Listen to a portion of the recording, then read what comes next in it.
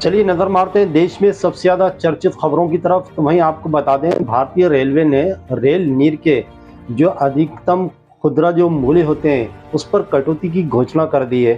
दरअसल 1 लीटर की बोतल की कीमत जो कभी 15 रुपये हुआ करती थी, अब वो घटकर 14 रुपये, और वहीं उसकी जो आधे लीटर की बोतल होती है जिसकी कीमत 10 रुपये थी, अब घटकर 9 रुपये कर दी गई है।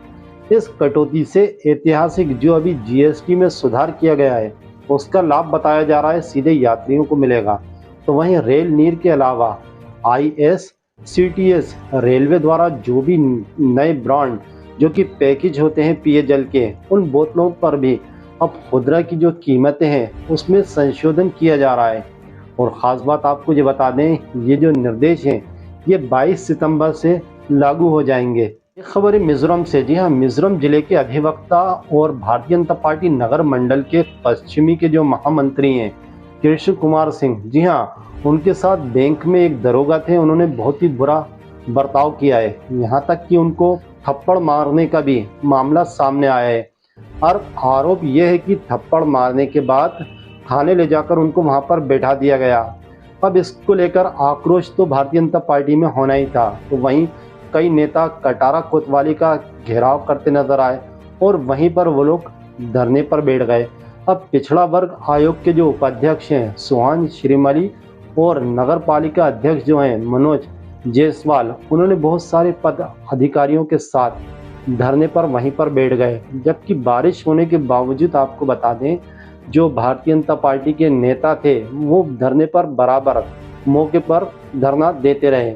अब मौके पर ASP सिटी ने वहां पर जाकर लोगों को समझाने की पूरी कोशिश की, इसके बाद भी वो लोग मानने को तैयार नहीं हुए। तो वहीं SSP सुमिन वर्मा ने दरोगा को जब निलंबित करने की बात कही, उसके 2 घंटे के बाद वहां पर जो भी धरना दे रहे थे भारतीय जनता पार्टी के नेता, वो वहां से हटे, यानी उस धरने को समाप्त किया।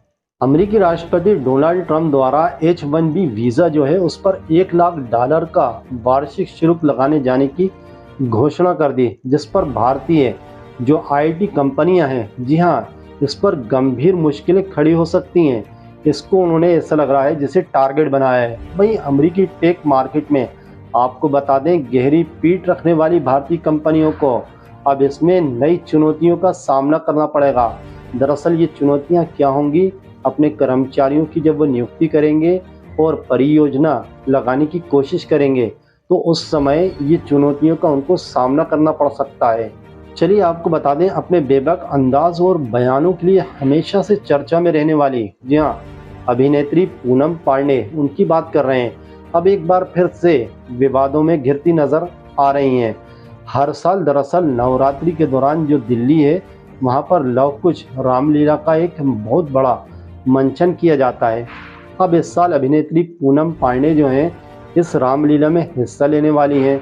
तो वहीं आपको बता दें, वो रावण की जो पत्नी थी मंदोदरी, उसका किरदार निभाने वाली हैं।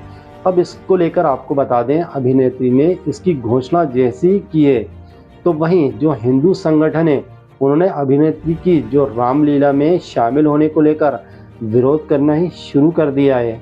भारतीय जनता पार्टी सांसद और फिल्म अभिनेत्री कंगना रनौत के विरुद्ध दाखिल रिवीजन जो उन पर था, वह न्यायाधीश MP MLA की अदालत में इसकी सुनवाई हुई है। दरअसल जो अभिजन थे, यानी कि उनके खिलाफ जो लोग थे और पक्षकार, दोनों में काफ़ी बहस देखने को मिली और उनके बीच दलीलें भी प्रस्तुत हुई।